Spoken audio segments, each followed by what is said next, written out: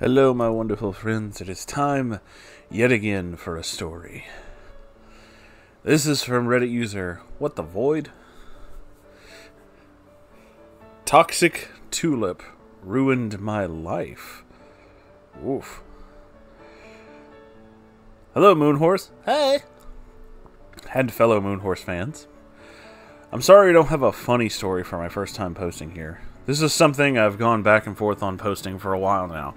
Too nervous to share, but also feeling like it's something that might help other people realize what kind of situation they're in. And I appreciate it, Uncle Moonhorse, handling of these more serious tales and how much concern he shows for the people who share their stories. So I finally worked up the courage to write this down and share it.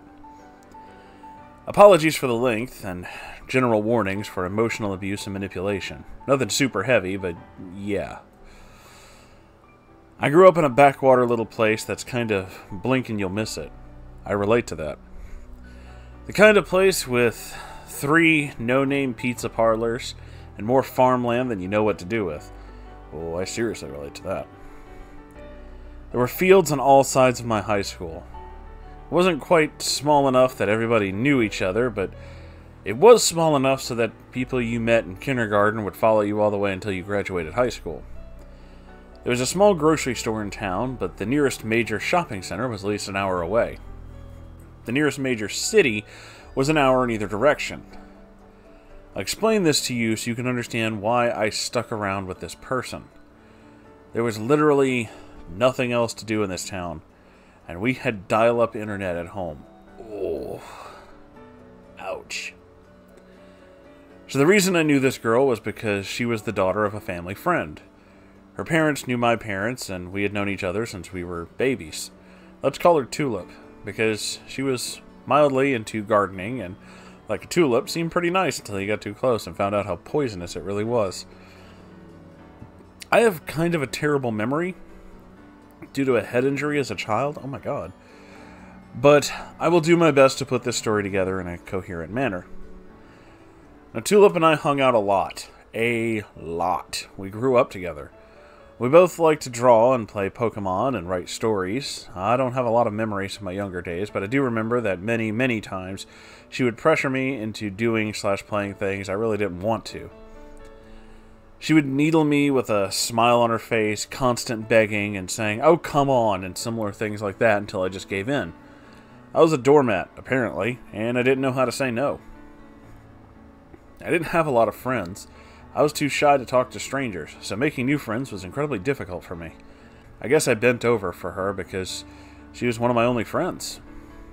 She would invite me over for computer games, giving me the impression that I would get to play, only to have me sit there in a chair next to her and watch her play. She never even gave me the offer or a chance to try and play, and she talked the entire time, explaining everything to me as I watched her do it. Not my idea of a fun Let's Play. As we got older, Tulip would get mad at me for hanging out with friends who weren't her. That should have been a large red flag, but we're in middle school and I didn't know any better. Back then, internet wasn't as commonplace as it is now. No one openly discussed things like abuse or mental illness. Hell, most of us didn't even know what the word abuse was. Middle school is also where I really actually started to expand my friend group outside of her. These new friends included a goth who dropped out freshman year of high school and we never saw him again, a couple of anime lovers who introduced me to Adult Swim and Toonami, a few fellow artists and storytellers. Now, Tulip and I both came from a good Christian household, and so never had really been exposed to a lot of human vices, I suppose. But these new friends of mine hardly had the same inhibitions and taught me all kinds of fun swear words and about, to my eternal shame, BL manga. What? The kind that start with a Y and end with an I, if you don't know what I mean. I still don't know what you mean. I tell you all this so you can understand why Tulip started to feel like she was losing her hold on me.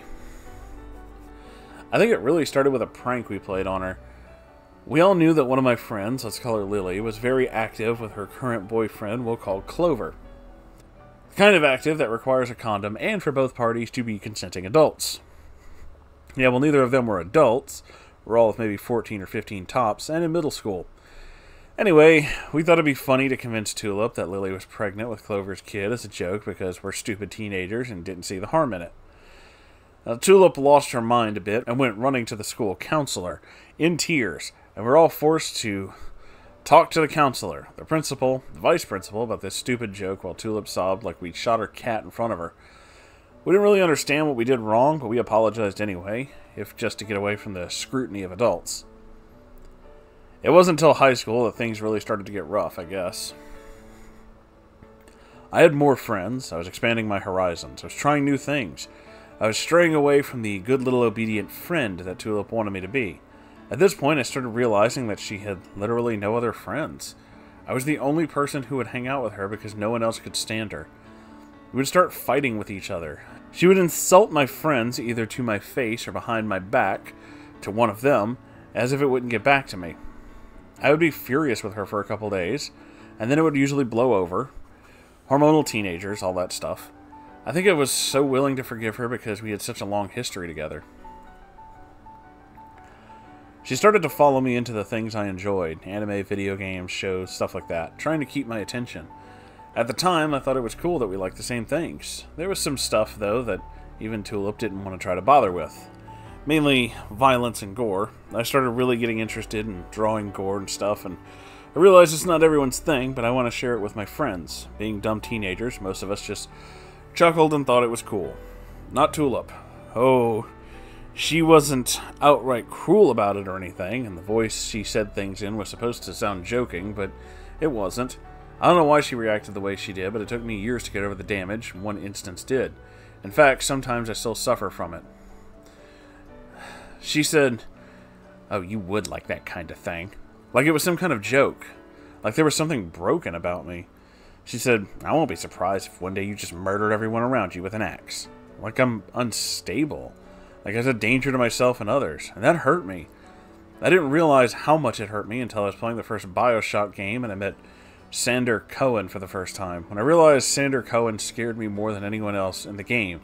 Not because of Fort Frolic itself, but because of what he was. An artist that went mad and killed people.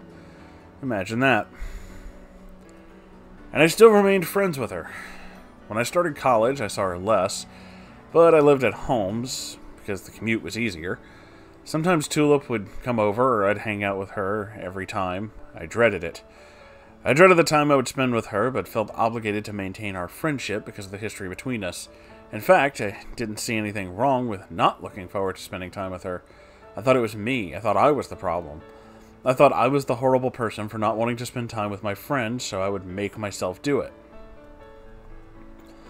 There was a time she guilt-tripped me about not donating blood. I have a terrible fear of needles, and the last time I tried donating anything, I passed out and threw up. I already felt bad that I couldn't help people more, but boy, she made me feel like scum for not doing it. And yet still, I kept hanging out with her. Even with the backhanded replies I would give her, the obvious salt that I would dish back at her shadowed insults, she would act as if I wasn't rebelling against her, and carried on as if everything was hunky-dory just between us. When I started getting hostile towards her, I really should have realized what was happening. Then one holiday season, she invited me to the mall with her. I had some Christmas shopping to do, so I thought, what the hell, and I went. At the time, I used to be scared of mannequins. I still don't like them. They're creepy, but I used to get really uneasy and spooked around them. Mall is a great place to look at my shoes as we walk by clothing stores. I explained this to Tulip, kind of laughing it off, but telling her how much they freak me out. Her response was to make a joke about setting one up in front of my bedroom door so that when I woke up one morning, it would be right there. I laughed a little and told her, please don't do that. But she persisted, kept saying how she would fill my parents' house with them, and I kept asking her to stop because this isn't funny. I wasn't having fun, but she didn't stop. She kept joking about it until I just stopped responding to her, and then she carried on as if that hadn't happened. I spent the rest of the evening wondering if what was between us was actually friendship. College had really opened my eyes to a lot of things. It put my own gender and sexuality into question. I met a bunch of different people from a bunch of different backgrounds, and I learned that mental illness and abuse and trauma were things. So that night, when I got home, I texted a friend of mine detailing the situation to them. I asked them if this was abuse or if I was just blowing things out of proportion. They asked for more details. I spilled everything. I told them how I dreaded spending time with Tulip, how she made me feel like I owed her things, how she made me feel like things were always my fault, how she made me feel like her servant and that I had to do things her way. My friend told me, no, dude, that's straight up abuse. How long have you known her? 24 years. I have been around a toxic, awful, manipulative person for 24 years. I sent Tulip a message the next day telling her our friendship was over. She's a toxic person. I never wanted her in my life again, then proceeded to block and unfriend her on everything. I haven't heard from her since. Her mom tried to contact me a couple times, and sent me holiday or birthday cards. I usually throw them away and then spend a good hour panicking that Tulip will get my address and find out where I live and just show up at my doorstep one day. She hasn't. I hope she won't. Tulip's mom is very much like Tulip herself, and they fight all the time these days, or so I've heard. I'm not really that surprised. I guess I really just wanted to get this off my chest. Cheaper than therapy, right? But I also hope it can serve as a warning and an aid to other people in similar situations. Abuse is not always physical. That's what we hear about the most. The abuse that leaves marks and bruises on broken bones, physical damages that aren't easy to hide. But emotional and psychological abuse is just as bad, and it's dressed up a whole lot prettier. Look up the signs of gaslighting, and if you're not sure, talk to someone. Better safe than sorry. It's been 4 years since the last time I saw Tulip, and to this day, I still apologize profusely to all my friends for every little thing so they won't get mad at me. To this day, I still sometimes feel bad for enjoying gore and guts and stuff like that. To this day, I can't comprehend someone doing something nice for me and not expecting something in return. I can't understand someone who cares about me just being nice because they love me, not because they expect me to do something for them. To this day, I worry about her finding me again, finding out where I live, and trying to talk some sense into me. As far as I know, she hasn't changed. As far as I know, she still has no friends. She hasn't grown. We used to do art together all the time. Her art hasn't changed one bit since the early 2000s, at least. I know that much. If she has all of those tools and the vast knowledge of the internet at her disposal, she still hasn't made any effort to improve her art, then I don't think for a second she's changed herself at all. Sometimes I have nightmares where she laughs at me as I suffer humiliation and pain. She mocks me or intentionally puts me into harmful situations. I'm still afraid she'll try to contact me someday. No thank you, Tulip. Kindly go fuck yourself. To the rest of you reading this, please take care of yourselves. You're just as important as anyone else. It's okay to put yourself first. As long as you're not hurting anyone or yourself, enjoy whatever the fuck you want. Thank you for reading this, and I'm sorry about the length again. And Moonhorse, if you're reading this, thanks for giving me the confidence, giving me a place to feel comfortable enough to share this. Good luck in all your future endeavors. Thank you for sharing this. This is a pretty heavy one. That is one hell of a story, man. Okay. This is hard, but I want you to know that you're not alone. I want every one of you to know that. And as you know, as we've addressed several times in this channel, a lot of this is, haha, funny stuff, but we all have moments like that where we've been through really shitty stuff. This is going to sound stupid, but you have to learn to say no. No is one of the hardest words to say, because we just want to make everyone happy, and we just want to make everyone work, and we just want everything to, kind of go together, and just friendships and all this other stuff. But sometimes you have to say no. You have to fucking move away. Because otherwise, they're just going to tear you apart. The bittersweet part of doing this, of this YouTube thing, is I've had friends tell me for years that they thought I was pretty funny and that I could do this kind of stuff. And I'm not, trying to inflate my own ego, saying like, oh, I'm pretty funny. It's like, no, the part of me that kills me about this is I'm doing this at this age. I could have been doing this 10 years ago.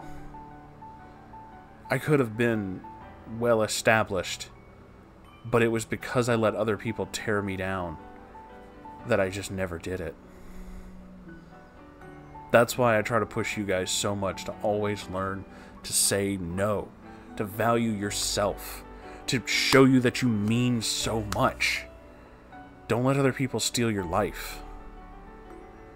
You're so much better than that. I love you guys. I really mean that. And I'll see you in the next episode, okay? Take care of yourselves. Bye.